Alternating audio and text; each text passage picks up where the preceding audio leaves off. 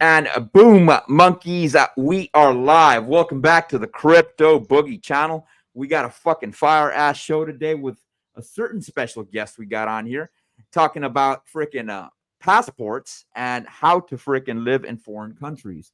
Now, he's got more experience than I do. I've been to a couple of countries in the world, but this cat knows his freaking stuff, man. So, shout out to my amigo, Mr. BLX. Hey, what's poppin', homie? What's Yo, what good? it do? Jack and shit, man. Jack and shit. What day are we today, man? I'm losing track of days. We're Wednesday, right? Think so. Are we Wednesday? Yeah, I think we're Wednesday, man. A lot of shit's been going down in the crypto market, man. And last I did see the news, bro, because I'm freaking busy as hell, dude. Was I was noticing that Joe Biden was actually talking about freaking raising the capital gains tax to about what I think it was 42% or unrealized capital gains, homie. So I was like, dude, Yeah, I it heard about that. may have to be a possibility that we may have to expat, bro. If that's the case, dude, if we make exponential gains within the crypto market. Know what I mean, Jelly Bean? Yeah, man, that's no bueno. Yeah, no bueno at all, man. Now, BLX, I don't know if you have any experience in this, bro. And maybe you can enlighten us, if you can, bro. Do you still have to pay taxes, bro, if you exit the United States? Yeah, there's an exit tax, so you know they kick you one last time when you go out the door. Um, After that, I do know that if you exit at a certain level, like I think it's above like 2 million, then any kind of money that you send back home, you become what's known as kind of like a covered expatriate, and any kind of money that you send back to another American citizen, such as like your family, it's taxed at like 40%. So Damn. they that's if you're like a high net worth individual leaving, then they kind of make it so that, well, you can't leave with the family fortune and then like under the table, like help them out. They want all of their money essentially. Yeah, no, I believe it, man. I believe it, bro. And I'm assuming what you're talking about is mostly if you renounce your U.S. citizenship, right? That's if you end up Right. doing that. But what if you just expat and you're temporarily living abroad? You got a second freaking passport. Do you, Oh you no, there's no. It's taxation by citizenship. So wherever you are in the world or even outer space, you're still obligated to report and you're obligated to pay taxes. The only kind of like uh, extra benefits there might be is you've got the what is it, the foreign income exclusion, which up to like it changes every year, but I think it's about like 120 or 130,000. You can get tax free, and then of course some countries have like tax treaties with the U.S. where like you might pay a little bit less, or in some cases pay a little bit more. But no, there's no escaping. You must report and pay if you're a U.S. citizen. There's no escape. Yeah, no, I believe it. Felix, I apologize, man. I was just so excited to talk about this shit, bro. I sincerely apologize, man. Can you introduce yourself to us, bro? Can you tell us what you're about and how you got into expatting and things of that nature, bro?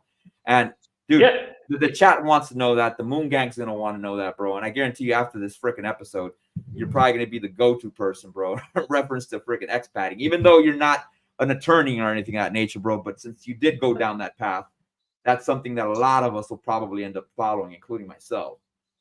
Yeah, I am not an attorney, but I do have quite a few attorneys that I work with in several different jurisdictions to help with taxation and do legal things.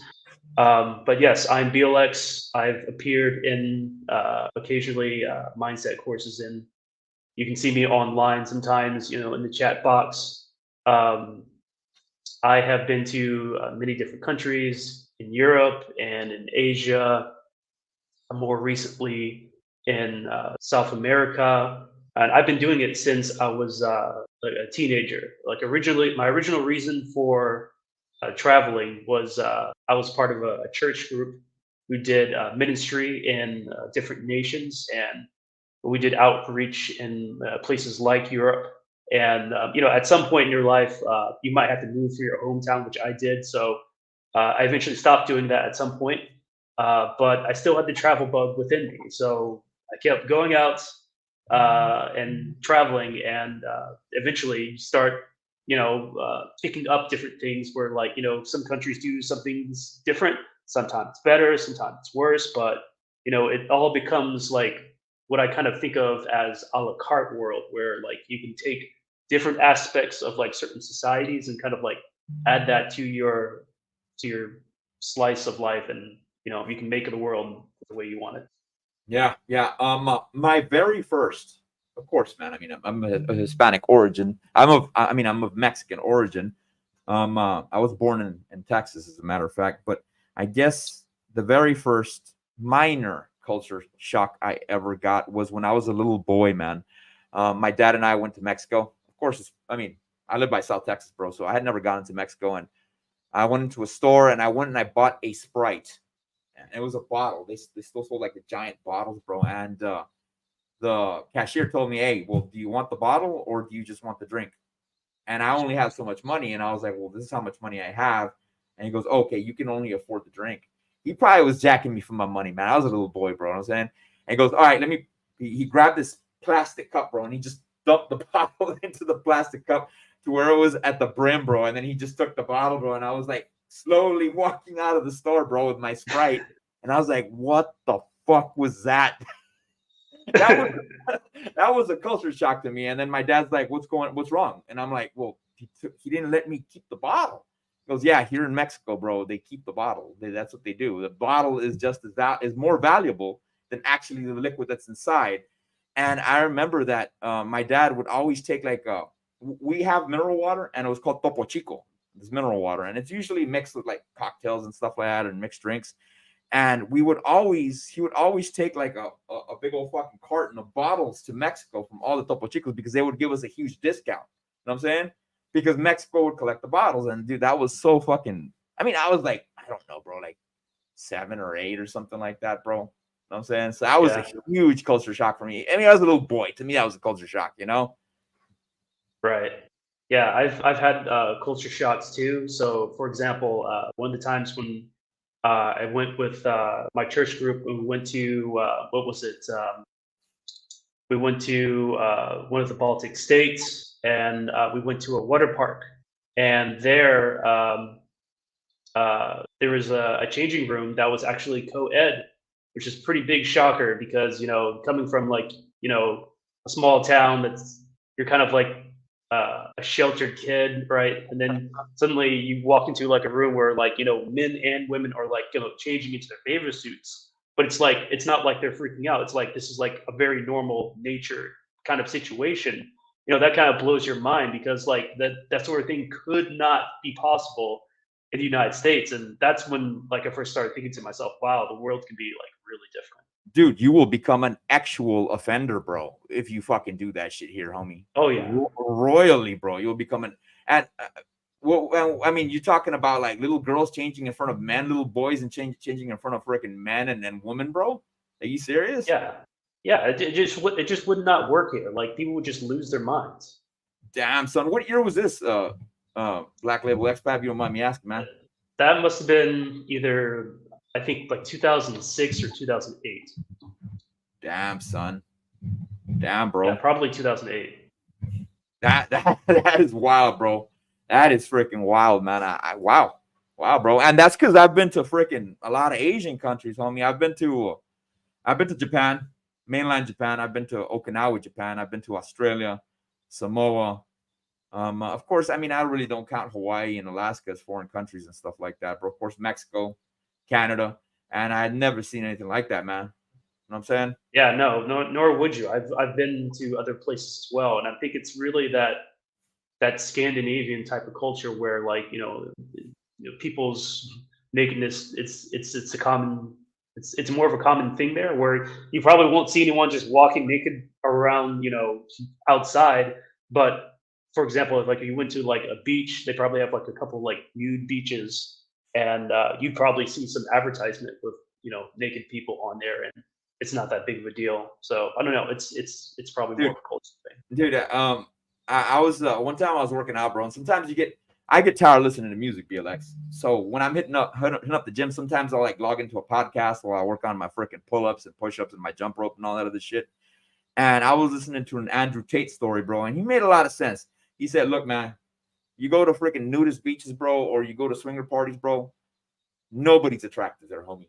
No, and it's mostly freaking men. Yeah.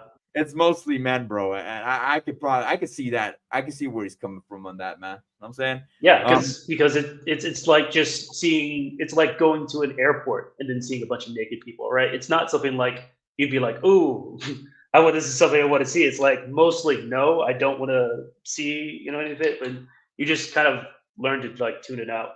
Yeah, man. Let's check out what the chat is saying. Let's acknowledge the first persona here. My amigo Mechanics, drop that alpha and help me get out of Cali. Hey, homie. Mechanics, you're welcome to come over to Texas, dog. You're welcome with arms wide open. Just please don't vote Democrat when you come here, man. We love our gun laws. Not saying you are a Democrat, but we love our gun laws. And we got my amigo here, Tex-Mex. That's here from Texas, bro. Hardest working trucker in America, bro. Dude, this guy, BLX, this dude would work freaking 5 days straight, bro, with only a couple of hours of sleep, bro. Try to get those pulse chain gains. You know what I'm saying? Damn. Yeah, this guy is a hard-working motherfricker, dog. We got my amigo here, Damien, with a height from Charlie and from Miguel and freaking Kylo. And he wants to know what country you're from. I'm not going to freaking dox you. That ain't going to happen, son. He is in a top secret location. I'm a freaking expose him. He's in Antarctica right now. You know what I'm saying? Yeah. We got my amigo here, Moonpill Rational Optics, saying what's up to myself and to yourself, BLX. And we got my amigo Damien again saying, I've only been to Medellin. Well, my friend here, Black Label, he's been there as well. He's going to talk about it a little bit. And we got my amigo, Large and in Charge. Smash the like button and subscribe. Leave a comment on the chat, monkeys. So make sure you cats follow my homie, Black Label Expat. I did highlight his name at the bottom of this video, bro. Like this video, subscribe to the video, man. I'm always trying to bring you cats the best alpha there is out there with contacts that have experience, like Mr. Black Label here. Dude. Now, some of the thing, we got to cover the memes, homie. We do have to cover the memes. Let's see what the memes entail. I hope these make you laugh, BLX. Let me make sure that's prep, bro. Let's see, son. First meme of the day, and this is shout out to your friend Somi. Let's play this sucker. Let's see what it entails, man. And dude, I was soul searching for memes today, bro. I couldn't find any, homie. I'm lucky I found these two.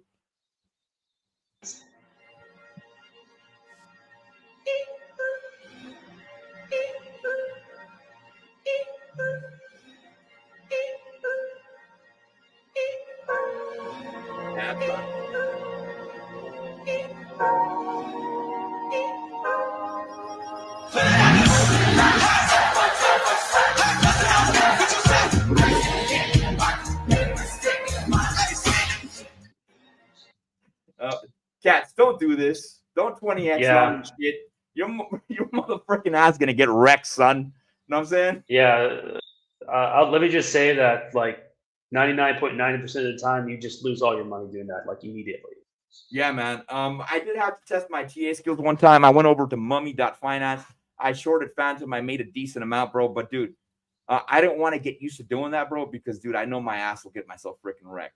Now, a bad experience I had, BLX, the last freaking crypto bull run. I mean, I went deep into the freaking Phantom ecosystem, and that's probably my favorite L1 out there. You know what I'm saying? Even though I love Pulse Chain and shit. Shout out to the Hexicans. You know what I'm saying?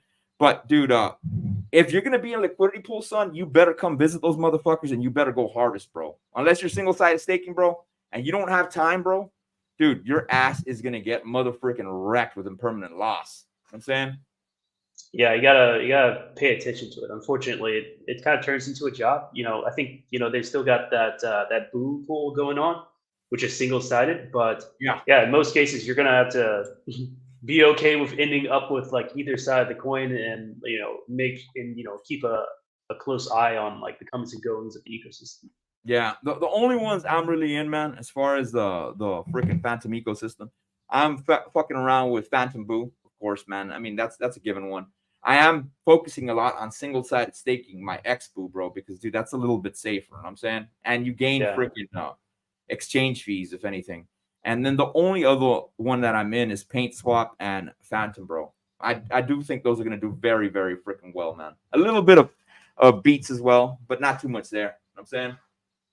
Yeah, I probably don't deviate too much outside of just Phantom and Boo. I did pick up like a very small amount like beats, but we're talking about like it's like less than 1% of like the Phantom bag essentially. Yeah, man, dude, that is probably my favorite freaking L1 there is out there. The one that kicked my ass last freaking bull run was all them Tomb freaking options, bro. Tomb and freaking T-shares and all that shit, dude. Dude, I did some degenerate shit. I made some bank, bro, but I paid for that shit, homie, big time, dog.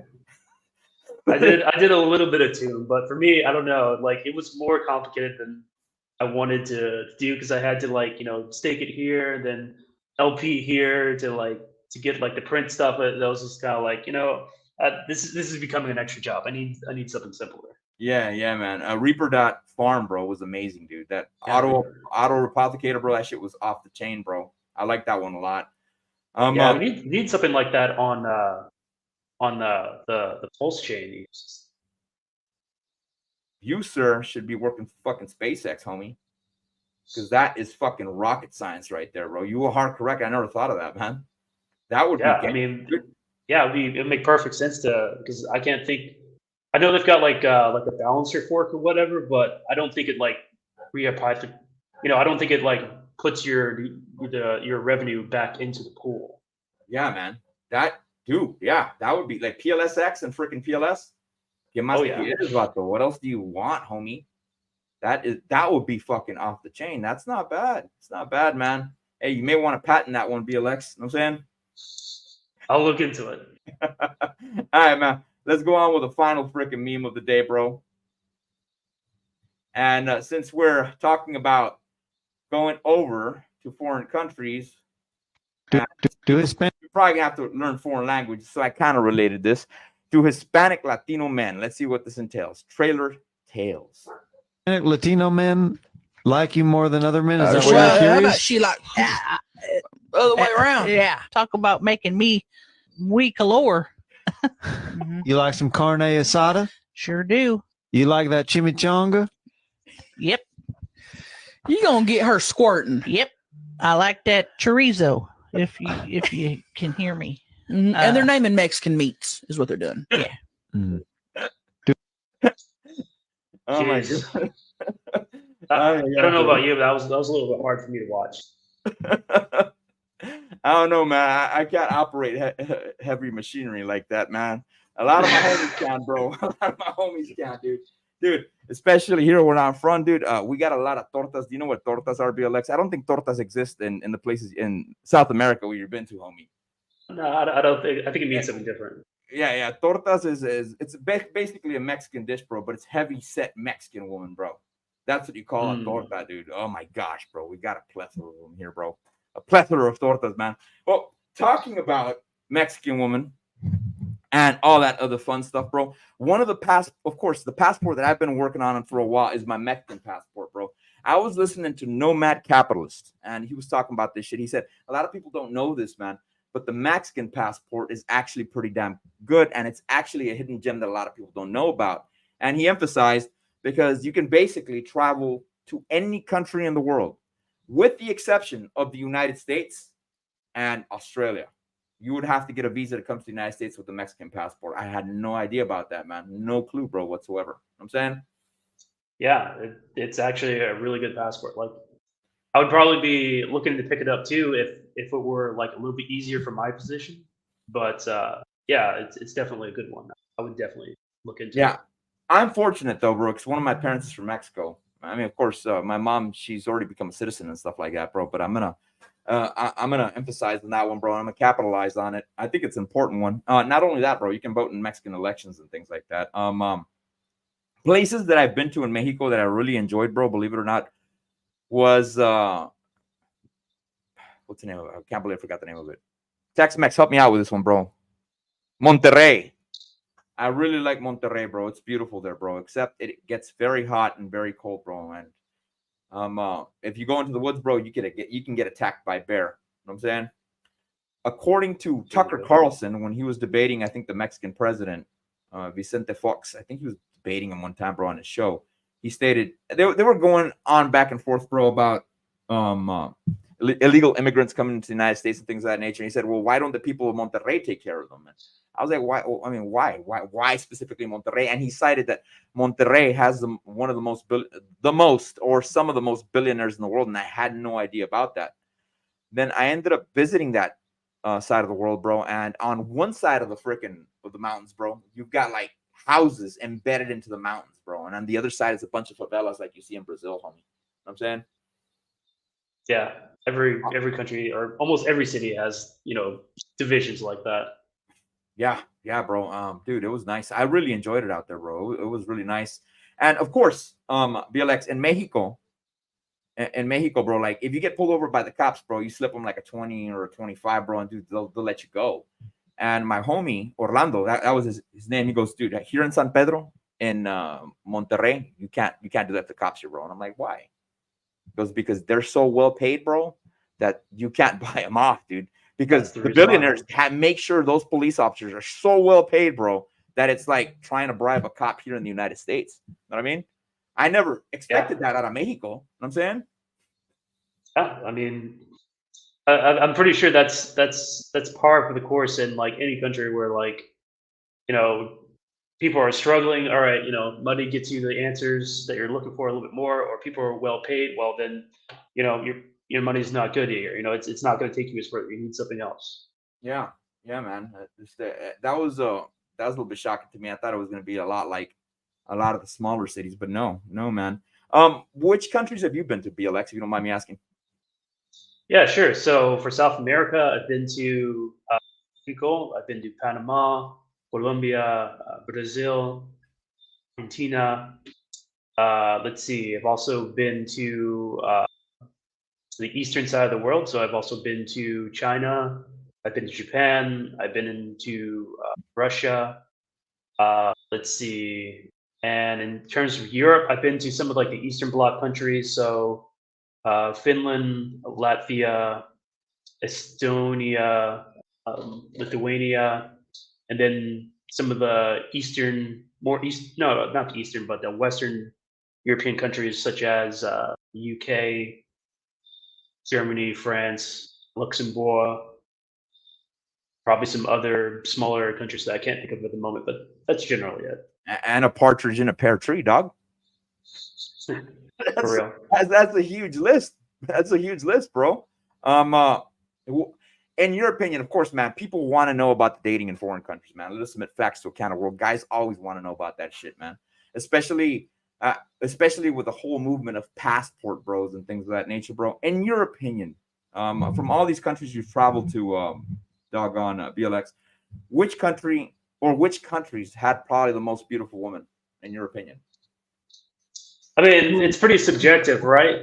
Because in my own opinion, I really like the Latinas that have that mixture of like native blood found in Colombia, but not just Colombia, but also Venezuela. But then on the other side of the world, I'm also really into women from Morocco as well. So yeah, it's really that. I guess you could say that a certain mixture that draws my eye. So yeah, I think I like them the best. Yeah, and it's funny you mentioned Venezuela, because Venezuela, I think they would always win the Miss Universe beauty pageants, bro, all the time. Yeah, yeah. If you ever decide to look up stats for that, which I did, they won like, I don't know, maybe like 20 times or something like that. The next closest one was like the United States with like 7 or something like that. So Really?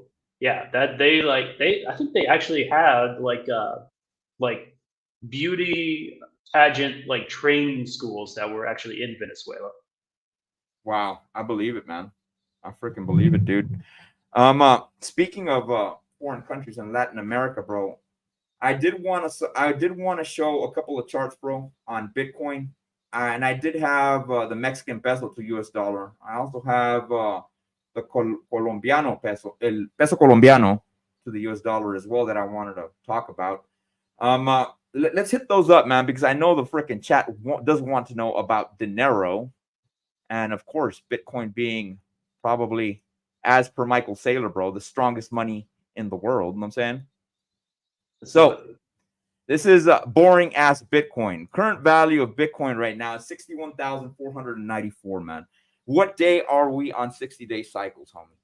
We are at approximately about day 50. And it does seem we're approaching the end of the cycle, bro. And it does seem that we're about to break to the downside. My question is, will we retrace back down here to this boxed area? And that value is at about 52,000. Now, since we've been oscillating sideways, going up and down, we do have this immediate area support, which is the bottom of this box. And then a final area support that we would have here, BLX, would be these two candles over here at 58,259. When could we hit these days, bro? On average, we run all the way to about 60 days to maybe about 72, bro. It's very rare that we'll hit up the 80-day mark on 60-day cycles. So if I push this sucker out all the way to 60 days, you're talking about what, May 19th ballpark, when we could end up bottoming out. If we go to freaking day 65, May 24th, and if we really push it, you're talking about almost a ver aquí, May 29th. If we do break down to this side, freaking dope, bro. But what's weird though is, let's check out the weekly, bro. This looks a little bit bearish because we only have one area of support here, and I'm sure you cats can see this. Let me zoom this in, especially for you truckers out there that want to see this shit closely. You can see that the bottom of these two candles here would be probably our next area of immediate support, and these two candles over here, which we are on right now. But if we go to the weekly, son, check this out. You can make the argument for both cases that we're bullish or that we're bearish. And let's go over here to the weekly. Turn this shit off. And if you see this popping up this way and going down this way, let me zoom this in. That is straight up a freaking bull flag. You see that shit right there, BLX? Yeah. Coming down this way. And that means, dude, we could just pop off into fucking price discovery. Of course, I did take off my drawings on there, and you could see that we've already made contact with the fourth portion of the Elliott wave. And it does seem that we may come back down here to this green line, which is 53,000, or we may just freaking revisit this area down here of about 56 and then pop back up and continue our price discovery, man. I'm hoping, BLX, and of course a lot of Mexicans don't want to hear this shit, son. I want to come revisit this fucking $43,000 area. Of course, I don't think that's going to happen, but that would be pretty damn dope, man. And one final buying opportunity before we go parabolic, if anything, man. You could even possibly push this fourth Elliott wave down here, man, and it would not violate the rules of the Elliott waves, if anything. You know what I'm saying? What do you think, BLX? What do you want to happen to the market? Do you want more dip, or do you want us already to start rallying to the upside, in your opinion? I don't really think about it that way. I don't really think like I don't think I want like the market to do anything except for, or at least not in the short term. I know that, there's going to be more and more people like buying Bitcoin over time. So in the short term, like I don't really, care if the market goes down further. All right, I'll just buy more of the assets I want. If it goes up higher, then great. But yeah, getting into the 40 is like the only thing that I think that could make that happen is having some sort of like Black Swan global, like another COVID dip or some sort of like Black Swan like event, like China trying to take Taiwan or something of that nature. Speaking of which, man, China taking over Taiwan, I think, in my opinion, bro, I think right now would be tactically probably the best time, bro, for China to move.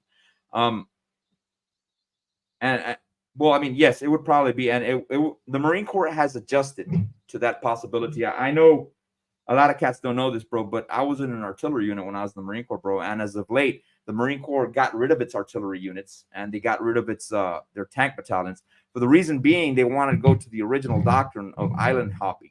In other words, the same way we did with Japan in World War II. But if nothing kicks off with Taiwan, bro, it's a possibility we may end up in Iran, bro, and back to the freaking sandbox. You know what I'm saying? Having no artillery support, no tank support, that sounds pretty damn scary, man. That's no bueno. But I don't know, like, even though I know that would be like China's like strategic goal to take Taiwan, like that would also be like in their long-term interest, like not in not good for them, right? Because then that would effectively mean that no one would be willing to trade with them because they're the instigator. The only way that they could possibly make it kind of like semi-reasonable is if there was some sort of like coup d'etat in Taiwan, and then started saying things like, oh, region instability, we have to go in and make sure that that things are going to be okay for our side, and then and then political intrigue and geopolitical intrigue can start with something like that. Yeah, man. And I've heard Miguel talk about this, bro, and he's probably right. He's not the only person I've heard him talk about this, bro. It's believed, a lot of people believe, man, that China within the next 10, 15 years, bro, is probably going to break off into different countries because they've overspent themselves. You know what I'm saying? Even though their economy is decently doing good compared to other countries in the world, and they're second to us, they've got their own freaking problems. And I think this is a world problem, bro. Everybody's in debt, bro. Big time, bro. You know what I'm saying? It would not be the first time. Yeah. Yeah. But then again, you can argue the fact that it may be that they're already on that brink. So they're trying to induce. I mean, it would be smart of them to induce a war because then that's their last hurrah, man. If anything, I mean, only time will tell. Only time will tell, homie. You know what I mean? Yeah. I mean, that could certainly distract everyone from the economic situation. I mean, I think Argentina decided to do that a couple of years back too. Yeah. But long term, you're making this situation worse for everyone, including yourself. So, but we'll see what happens. Yeah. Speaking of that, and speaking about Taiwan, bro, and speaking about enemy at the gates or having your enemy at the gates, bro. Of course, I've been in Asia a good portion of my military career, and I did go to Japan. I did go to Korea, bro, and it surprises me, bro. It surprises me, and it surprised me. The same thing in Ukraine, bro.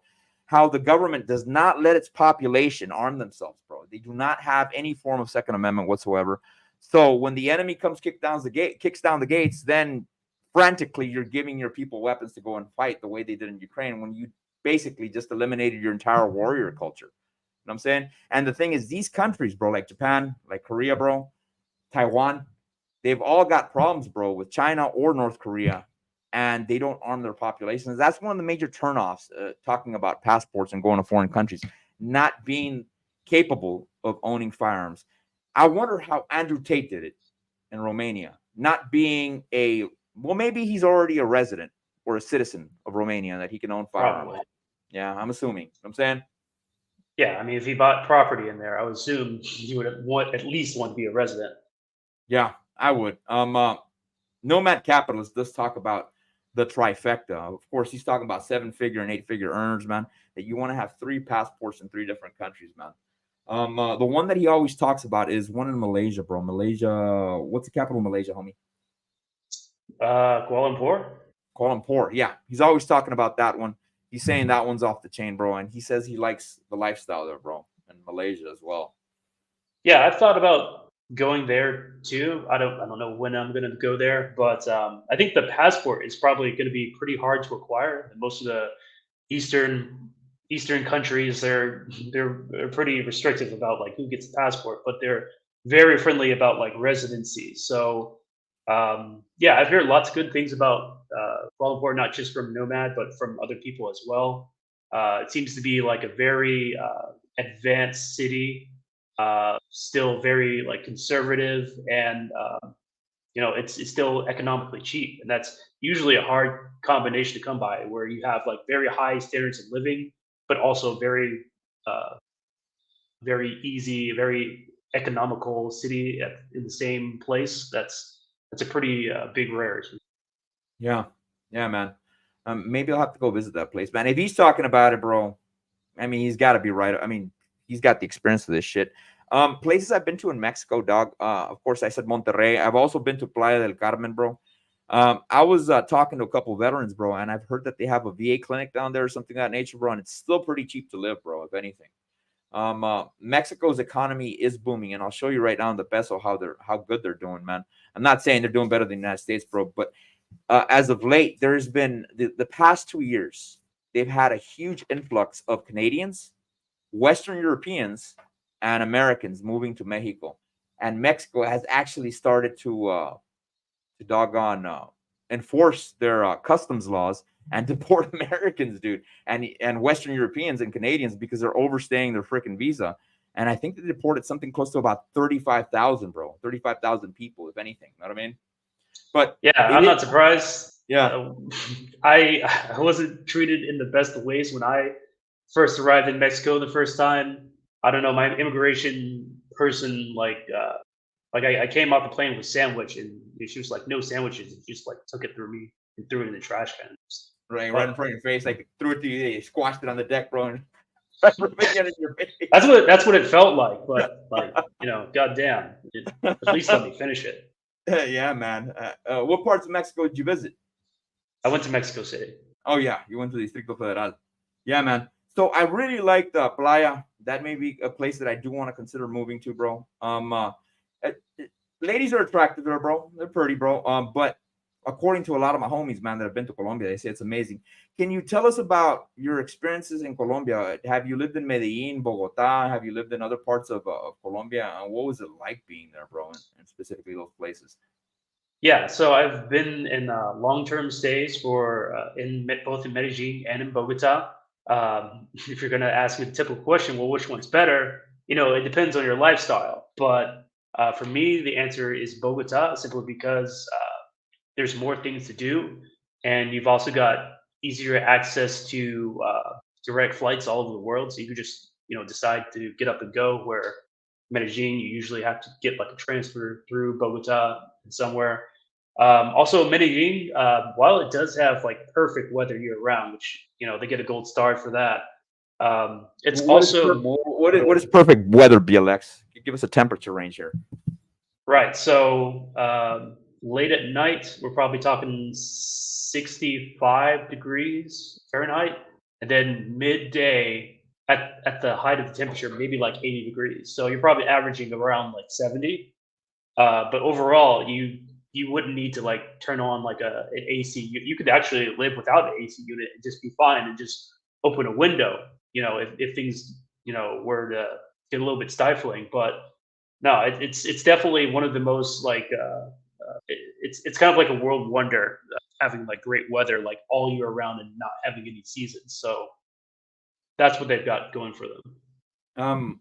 How's the crime rate in your opinion, bro? Of course, like I've read, and again, citing Nomad Capitalist, bro, he did state that it is top 5 retirement for Americans in the world, man. And when I tell my homies, bro, yeah, I want to visit freaking Colombia, they're like, "Estás loco? Tú estás loco." They told me, "You're crazy," because I guess they're still under the impression that it's a lot like Narcos when you watch the TV show, bro, that it's super violent and all this other shit. But I think a lot of that that shit stopped unless you go look for it. I'm saying. Yeah, dude. I mean, all that stuff stopped like way back in the 90s. I mean, I'm sure if you watch any kind of TV show or movie and they mention Colombia, yeah, of course they're gonna mention like all the drug cartels and whatnot. Because why? Because no one's bothered to probably go there and like see it. But it's actually really nice there. Like that was one of the places where I wanted to do like a long stay for a while, and I was considering like moving there. Is the crime rate 0? No, but it's probably less than like Chicago or New York at this point. Yeah, I would argue that Mexico's probably, well, not all of Mexico. I would say just like the frontera or the northern part of Mexico is probably the most violent area because they're fighting over freaking routes and shit like that. So you could smuggle illegal aliens and things of that nature, or drugs. But I would probably assume that Mexico's probably more violent. I know that Playa del Carmen is pretty safe. And I did see a lot of Marines out there, bro. I'm not talking about U.S. Marines. I'm talking about La Marina Infantera from their military. And I think they keep that place safe because I'm assuming the cartels want to keep that money coming in. You know what I'm saying? They don't want to mess with the tourists. I'm saying? Yeah. They're making plenty of dinero as it is. Why would they want to freaking make things violent? You know what I mean? Yeah, that would be, that's the main reason why like a lot of these countries, South American countries have like really settled down because there's more money in getting the tourists to come, letting them pay the gringo price on items, and getting dollars, whenever they can exchange that for instead of having like pesos in one shape or another. So yeah, that's why typically you're not gonna run into any kind of trouble as long as you're in like the safe zones. You don't go into like a favela or a place that looks like you're not supposed to be. Generally, then you're not running into any trouble. Yeah, yeah. What about the cost of living, man, in Bogota and in Medellin, bro? In your opinion, let's say you want to get a decent place, bro, just a decent place, nothing really luxurious. How much would that run you for? And what about eating out? Could you actually like eat out every fucking night, bro, or every day? Could you do your and still afford it? Yeah, absolutely. So I would say if you're used to prices in Florida, if you've ever been there, so you would just divide the price by three, and that matches just about everything from like rent to like food and whatnot. The only exception are like imported electronic goods because there's a pretty high import tax for Colombia. So if you're buying you would not want to buy something like a phone or a laptop in Colombia. You'd want to buy that outside of it and then bring that there. But yeah, anything like made inside the country, any kind of like good or service that's like done like in Colombia, yeah, you're not gonna pay that much. And if you wanted to, yeah, you could eat out all the time and not put like a dent in your budget.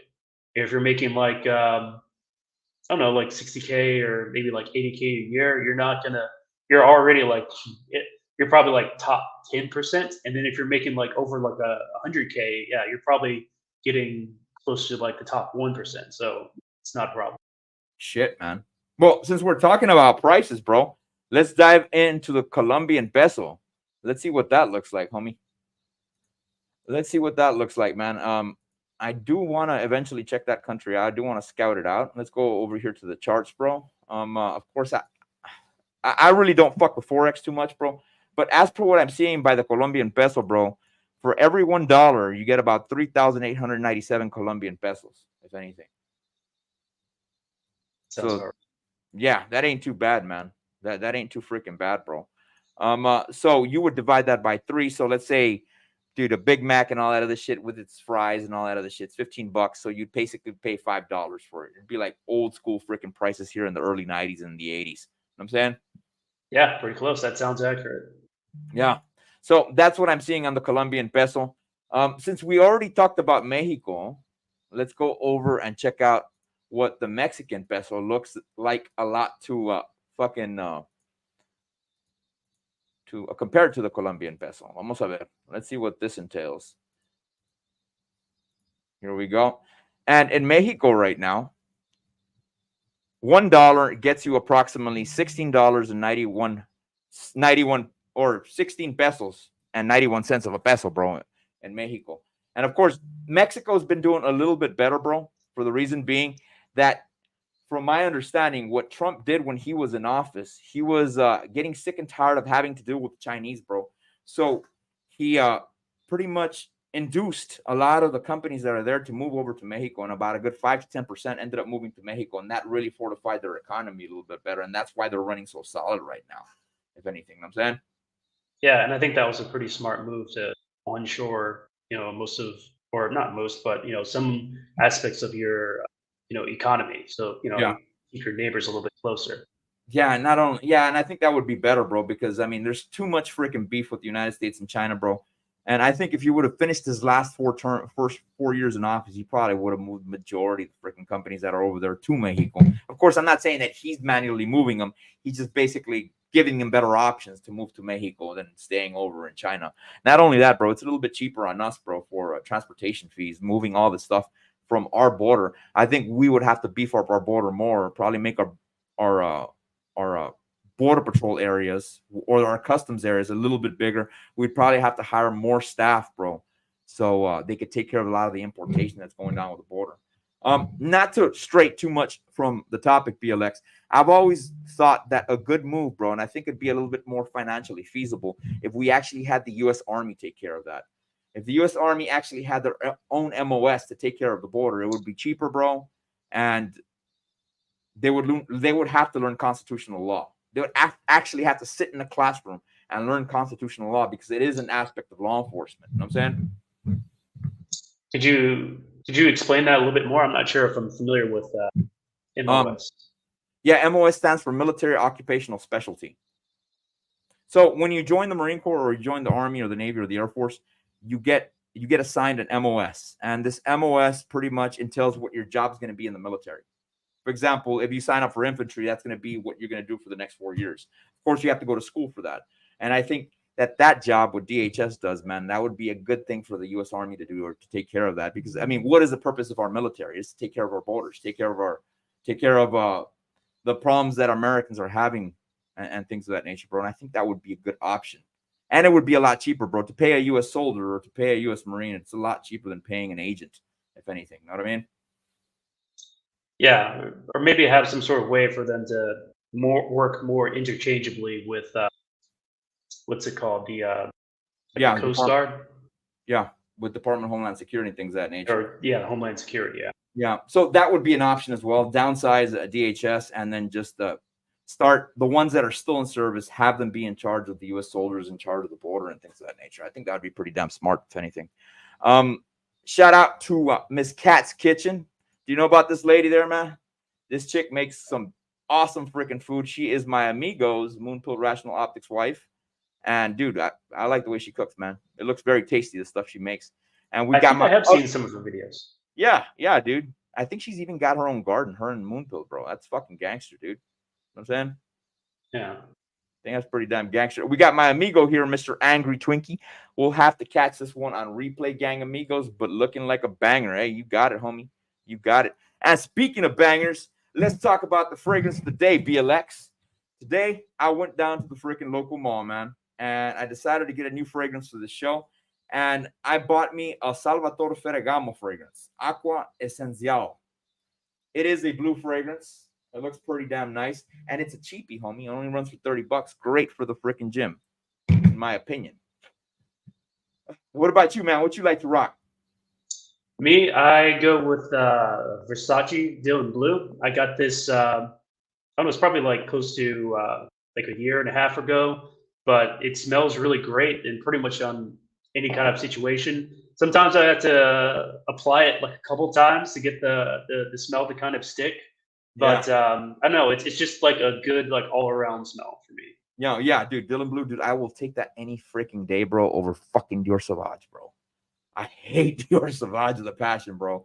As to what you stated there, BLX, I concur, man. Sometimes you gotta overspray this bad boys, dude. I overspray the living daylights out of my fragrances. Of course, I take into account where I'm going. I'm not gonna do that on a plane or a car, bro. Yeah, to pull people out and things of that nature.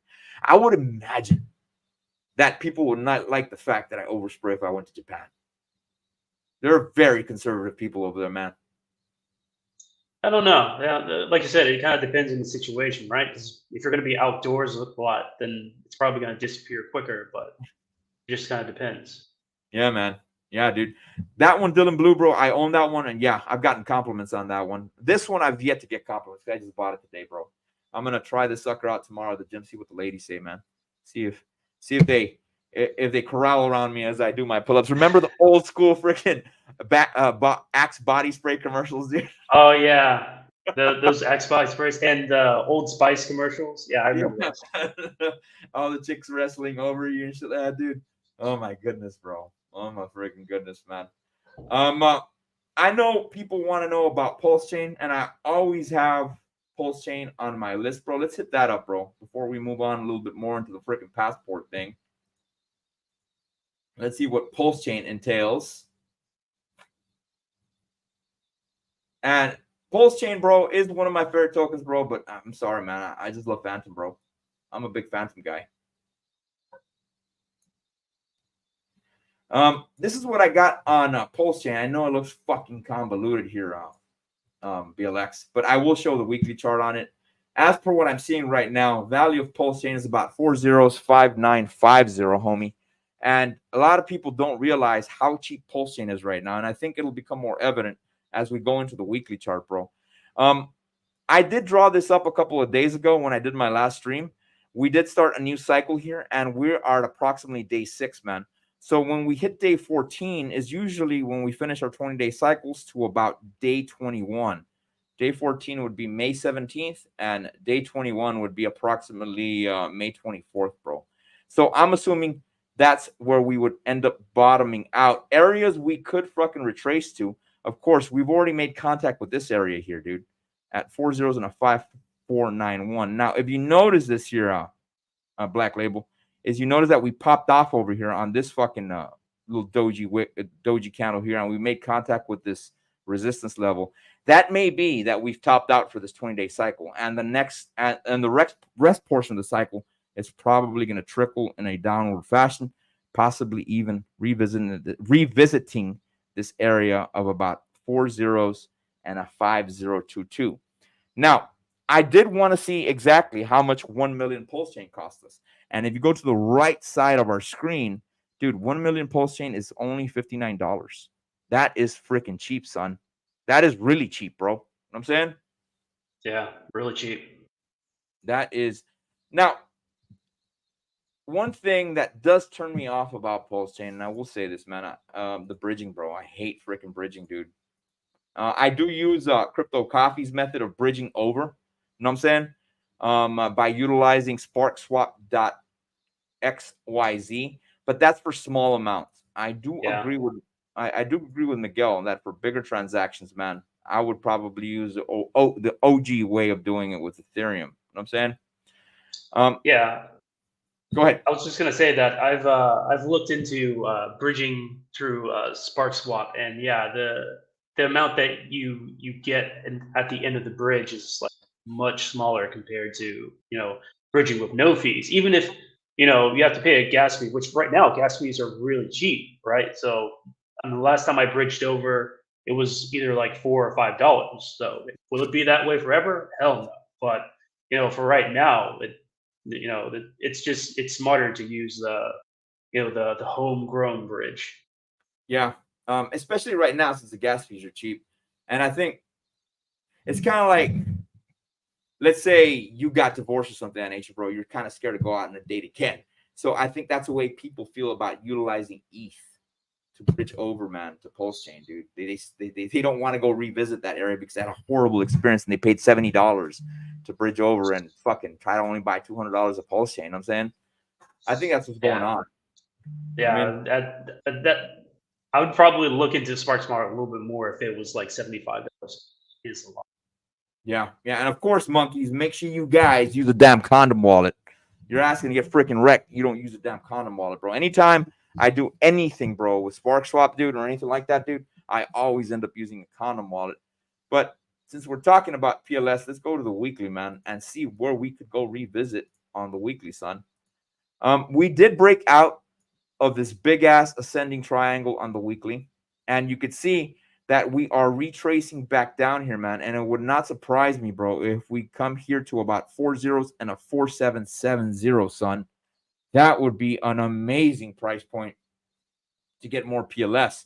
And if you see this red line here, there's really no more support that I'm seeing in the immediate time frame. If we activate our Bollinger Bands with its 2 standard deviations, dude, it brings us all the way down here to about 4 zeros and a 3618, if anything. Now, of course, we do have this immediate area of support, and we could come down here to these 2 candles. Let me show you, cats, for you truckers out there driving on the road. These 2 candles right here, bro, would be our immediate area of support, which is 4 zeros and a 3836, which is somewhat close to where the Bollinger Bands are at. The second standard deviation to the bottom side, man. You know what I'm saying?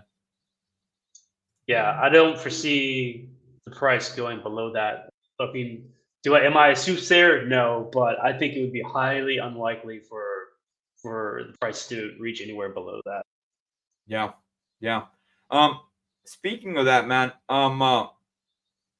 being an expat, bro, and being in a foreign country, how easy is it to onboard onto crypto, bro? Having to utilize a foreign bank, especially being an American citizen, homie. Are you asking if onboarding, if you got money existing in like a different account in a different country and you're trying to onboard that? Let me be more surgical with my question. Like, is it difficult to get a bank in it? Because I've never owned a bank in a foreign country, bro. Is it difficult to get a bank account in a foreign country with only a U.S. passport? In general, in South America, I can say for sure it will be a very difficult thing. There are certain countries, like for example, Panama. It's a little bit easier because they're already on the U.S. dollar and they're already pretty liberal about their currency controls. But yeah, places like Colombia or Brazil or Argentina, they are very, they like their currency controls. So they're generally, you're not going to be able to tell them like, oh yeah, buying crypto with a bank account. You'd probably have to go to some like OTC guy, who takes cash, and then he'll send money to your wallet or something like that. That's what you end up having to do. But wouldn't that concern you, man? Like going on to a Craigslist to deal with an OTC guy that's a local homie? Wouldn't you get? I mean, is that smart to do from a foreigner, especially not speaking the foreign language? Depends on where you do the exchange, right? So you don't necessarily have to go. Yeah, and I would not tell anyone to go to like a favela to do it, but in some places they actually have like currency exchanges in the mall. So for example, if you've ever been to Argentina, although using that kind of method probably wouldn't be the strictest legal sense. Everyone does that sort of thing anyway. So in terms of exchanging like cash for like crypto or something like that. So when I say like everyone do it, I'm talking about like also like lawyers, police officers. They all pretty much do it because it's like the only way you can economically survive. So yeah. So what I would do is I wouldn't just go onto Google or go onto Craigslist and say, where can I exchange my cash crypto? I would find someone that that's been living there, or maybe if you're in some sort of digital nomad group and say like, hey, does anyone have experience, or does anyone know someone that I'm glad you said that. You said digital nomad group. So there's actually groups of people, man, that are easy to find, bro, that are nomads as well, that are from the US. Oh yeah, 100%. Oh yeah, you will definitely find them. Okay, cool, man. Dude, okay. Well, I mean, that would fuck yeah, homie. And that would be a lot easier, man. Just deal with them. Yeah, for example, like if you're in Colombia, pretty much in every major city, there's something that's called Gringo Tuesdays. So Gringo Tuesdays, he said. Yes, Gringo Tuesdays. You can Google that one and look at it. But lots of gringos go there. You'll find like expats from all over the world. All right, you just talk to some of them, and then someone's gonna know someone like, oh yeah, I dealt with this guy, and I was able to do it this way. And we've got like different groups in Brazil and Argentina. It's not that hard. Just ask around, and you'll catch the whiff. Okay, that makes a lot of sense, bro. Now, since we've talked about Colombia and you have been in Argentina, bro, what's your opinion of Argentina? How do you like it overall, man? Lifestyle, the dating, cost of living, bro. Comparing it, I guess a good comparison would be Colombia. All those three aspects. So let's see now. I would say in terms of cost of living, they're actually pretty close. Yeah, you'll be able to find cheap property both in Colombia and Argentina.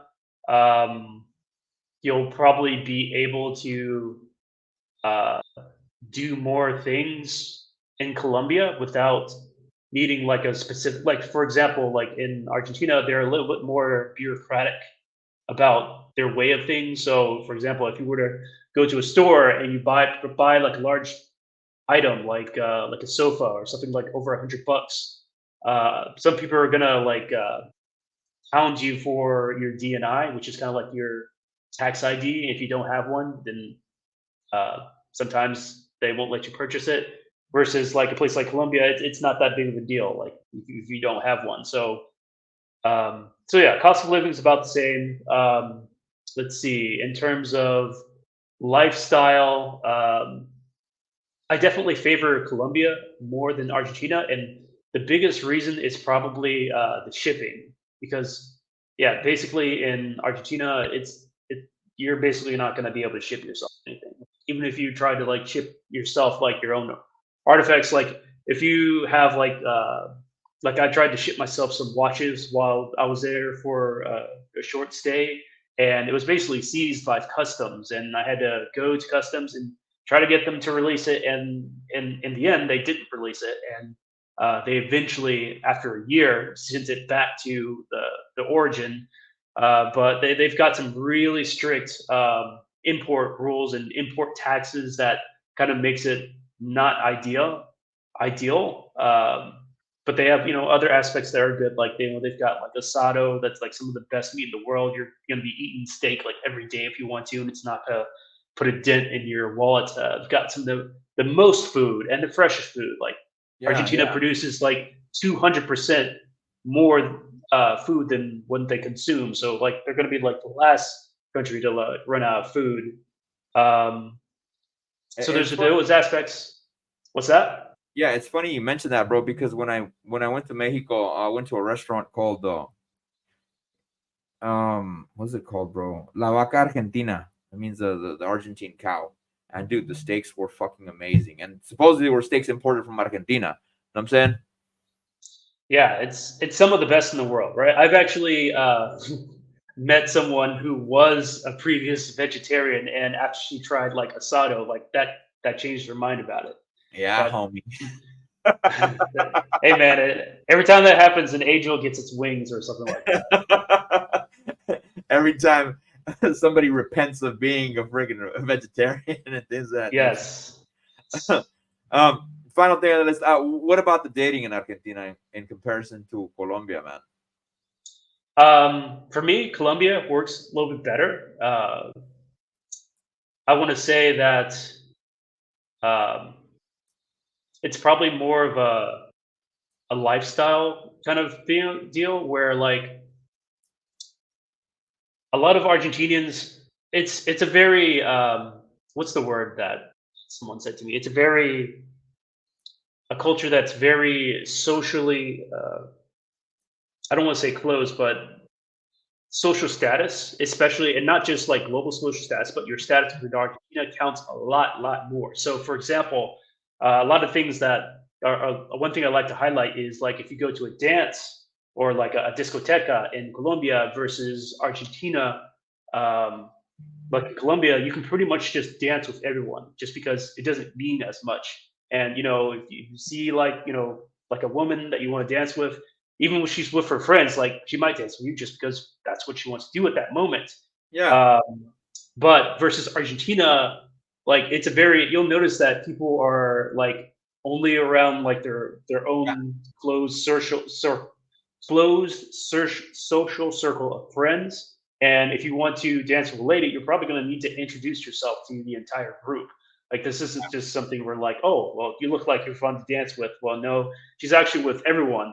And even in the Argentine culture, it's very much in their culture to like whenever you're entering a room with people you don't know, to go around and individually greet each person in the room, even if you don't know them. So they're a lot more focused on like the social aspects of society. That's the case, and then I do also think Argentinians they prefer light skinned people too, whereas in Colombia it doesn't matter as much. Um, it matters to like some extent, but Argentina, I've seen it seems to matter in a lot more starker contrasts. Okay, good to go. I mean, of course, but I mean, being redundant, bro. Of course, people want us to be redundant, bro. Are they more family oriented in these countries, bro? Can they be more family oriented in the United States? Because, of course, everybody knows the nuclear family is being under attack here in the United States. I have seen both societies to be very family oriented. The thing is that you just can't be in the large cities. So like I spent some time in like Cordoba, which is a little bit, it's the second largest city. It's a little bit more on the outskirts. And yeah, I saw like a lot of family-oriented people where you don't see like city girls or people with like excessive amounts of like tattoos or piercings if you're looking for Yeah. that more conservative lifestyle. And it's the same way in Colombia too. The thing is, like, you just have to like venture beyond the cities to find that sort of thing. No, yeah, I believe it, man. I believe it. I sent my homie an article, and the article entailed that Nuevo León is one of the happiest states in the world, and it's in Mexico. Even though there is a high poverty rate, bro, they focus a lot on religion. They focus a lot on family, bro. Get-togethers are always usually big family get-togethers and things of that nature, bro. So the nuclear family, from what I've seen in Mexico, and what I've seen from some of my family members that are still out there and stuff like that, they're pretty family oriented. And from what I hear from everybody else, man, South America's just like that, homie. And I would imagine that the rest of the third world's the same way.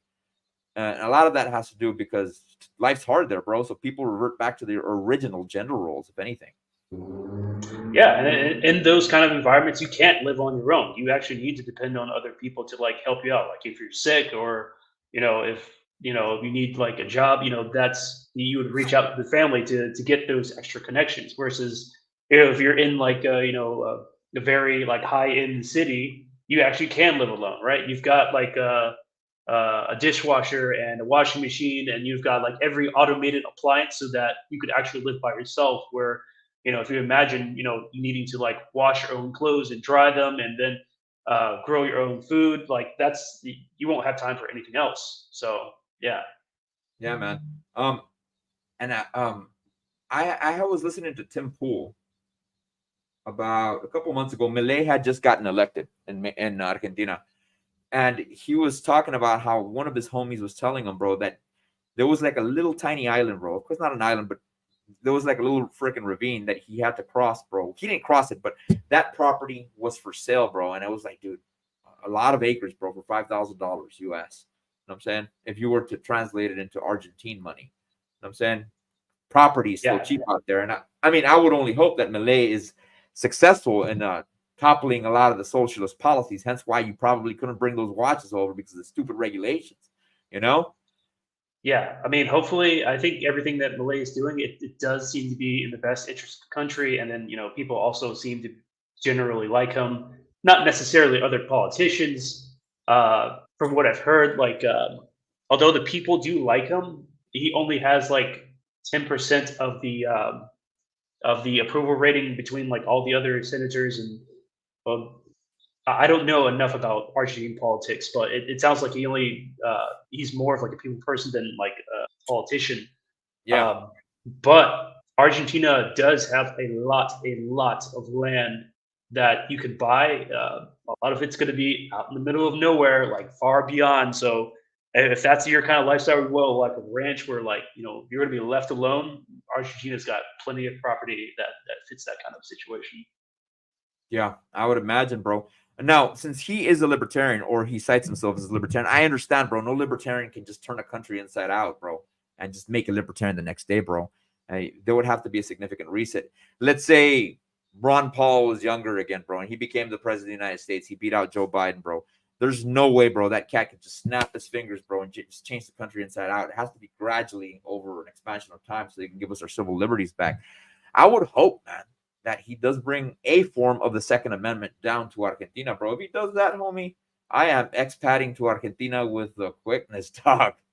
With the freaking quickness, And yeah, I do think they do have some gun laws. I can't comment on like what exactly they are, but yeah, places like Argentina, and then I also know Paraguay.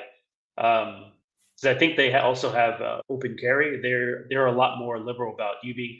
And you probably can't open carry in like Buenos Aires. That's probably going to be no bueno. But probably like on your own property, no one's going to care. Like far out from the city, and they're definitely not going to care in Paraguay. Yeah. Speaking of open carrying, bro, a lot of people were under the impression that Texas has always been an open carry state. Dude, we've only had open carry for about 4 or 5 years now. We've had concealed carry, bro, with the license to carry, but as of late, we've recently received our open carry since the times in the West, in the Wild West, and things of that nature, bro. you do see, and the way there was a movement, it was called Open Carry Texas, dude. And these cats knew that in Texas you could openly carry a rifle, but you could not openly carry a handgun, and they wanted us to get open carry of handguns. So what these cats did, they open carried the rifles in front of police departments, bro, to push the limit on the situation. Of course, some of these individuals were placed under arrest unlawfully, and dude, that sparked a lot of politicians and signing legislation, bro, to give us back our open carry rights. Here in Texas, bro, you don't even need a license to freaking open carry.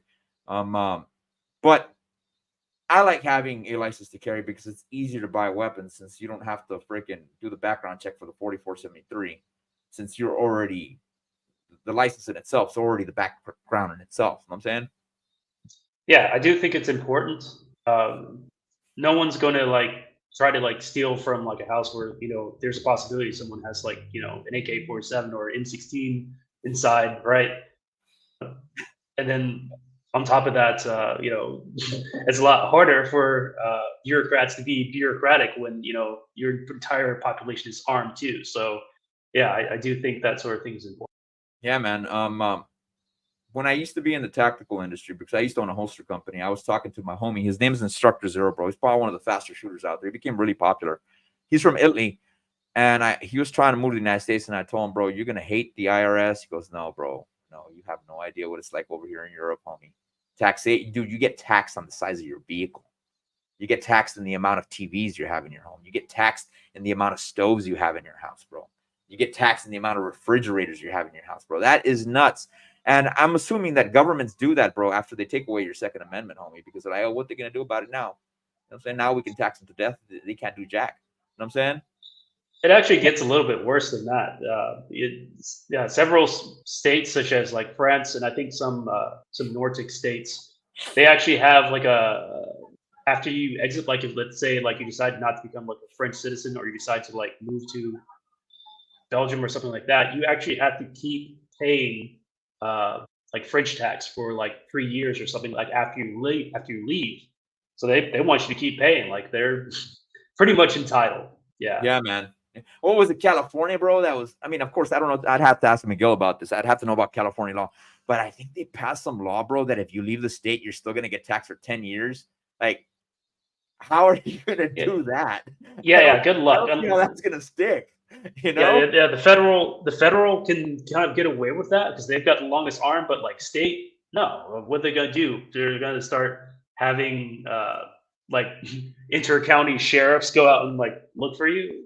Yeah, man. I cannot foresee, man, freaking Texas extraditing you over to California because you don't want to pay those 10 years. Dude, yeah. Yeah, man. Nah. Let's get into some of the comments here. We got my Amiga Cat's Kitchen. Hey, Boogie, do people in Mexico can their own food? That's a damn good question, bro. I don't know if they would, Cat. I don't know. I've never seen it over there. My grandmother, she would can food, but I don't know if they do it in Mexico. I would assume yes. You know what I'm saying? I would assume yes.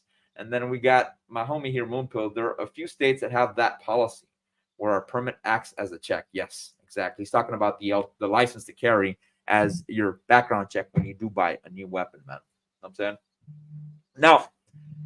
Now, since we were talking about Argentina, you had shot me an app telling us about, or entailing about the blue dollar for budget or things of that nature, man.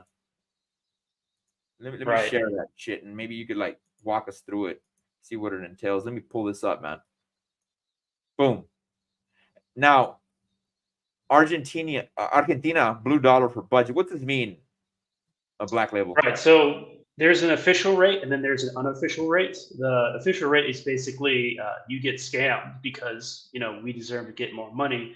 And the unofficial rate, which is the blue dollar, that's the actual market rate that everyone else operates by. So when I say everyone else, I mean even government institutions will operate by it, and pretty much everyone on the street.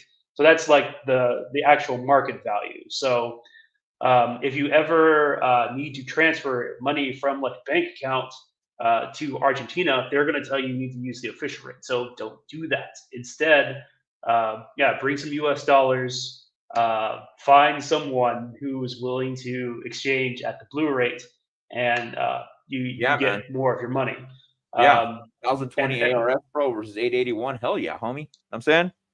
Yeah, and we're actually doing a lot better now because in the past, if you look, there's actually like Visa and MasterCard on that list. Those actually used to operate on the official rate, but I guess too many people kept getting like angry about it because as soon as you try to use your credit card, you would lose like half of the value. So now it's a little bit easier.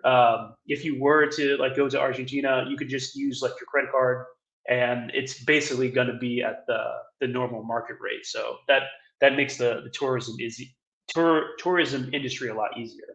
Okay, that makes sense, bro. I know that in Mexico, it's mostly a cash country, bro. Everybody pays with cash over there, dude. I'm saying, yeah, you do have the option. I mean, like, I'm a big tequila connoisseur, bro. I love drinking tequila, and actually, yeah, I forgot to post that video.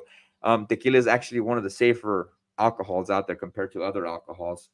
But like I've gone to Mexico before, and I bought this bottle of tequila that I really wanted to get. It was Abuelos. Here in the United States, they call it Fortaleza, and it's a very rare tequila, bro. And a lot of times you can only get it in Mexico. So I bought the anejo, but I wanted the extra anejo too, bro. And I had already used my money for the anejo, so I pulled out my Visa and I'm like, "You guys accept Visa? Yeah, we take that too, man." But they told me we commonly don't freaking use credit cards here, man. Everybody just pays cash. And I'm assuming that's the way South America is, bro, and Central America. It's like they're cash countries, homie. You know what I mean? Yeah, I mean, bank accounts are too easy to track. So yeah, everyone likes cash in general. Yeah. And not only that, a lot of people don't like to bank, bro, in Southern American countries, Central American countries. Banking's not like, no, bro. No, nobody trusts the banks. And I don't blame them, homie. I don't freaking blame them, if anything. You know what I mean? Versus Yeah, here, generally. Mhm. Yeah, generally, whenever I am in South America, yeah, I generally keep cash. I really don't use any of the bank accounts. Cool, man. Cool, bro. Well, this was a pretty damn dope stream, BLX. Where can we find you at, homie? Here on YouTube. Let's see. I do have a channel, but it's just mostly older like travel videos. Probably Vlogging, the best way. What's that? Vlogging. Yeah, just vlogging. My own personal experiences, things of that nature. The best way to contact me is probably to contact Boogie first, and then he'll put you into contact with me, and he'll probably use Telegram. So I do have like some separation from my own personal life. I don't really have like a Twitter account or anything like that. So yeah, if you do want to contact me, just go through Boogie, and he'll get you the contact. Yeah, I'll help you guys out. Actually, man, quick story, man. When I was learning to become a crypto guy, bro, when I was barely learning to become a crypto guy, bro, I was like, dude, I need to learn some technical analysis. And Charlie on the crypto mindset course, he actually dropped us a link or some data on how to get the Bollinger Bands for TradingView. And I actually contacted BLX and I asked him, man, can you help me out with this shit, bro? And he helped me out with it, man. Now I'm a TA nut, homie. Love it. Yeah, man. Ascending man, you got here late, bro. We're about to end the show, man. So make sure you rewatch the video. We dropped some alpha, bro, on some of the countries across the world, bro. Places to go to and things of that nature. You know what I'm saying? We got my homie here, Moonpilled. Paraphrase: your freedoms weren't given to you, so you can't act like an idiot. They were given to you so you can prevent anyone taking them from you. Exactly. I'm assuming he's referring to that one statement I made about Europe, bro, about owning freaking weapons and things of that nature and getting taxed excessively. You know what I'm saying? All right, cats, make sure you guys like the video. Subscribe to this video, man. If you guys subscribe to my channel, it motivates me to keep dropping some alpha on you cats. And I especially want to give you guys data as to when the market's dipping, best coins to buy whenever freaking market's dipping and stuff like that. And everybody's scared to buy. I think we're going to kill it this bull run, man. So like the video, subscribe to the channel. Follow me on Instagram. You'll see a link here at the bottom. It is US_Crypto_Boogie. You can follow me on Twitter as well, US_Crypto_Boogie and stuff like that. And I will catch you monkeys on the flip side. And I los guachamos, amigos.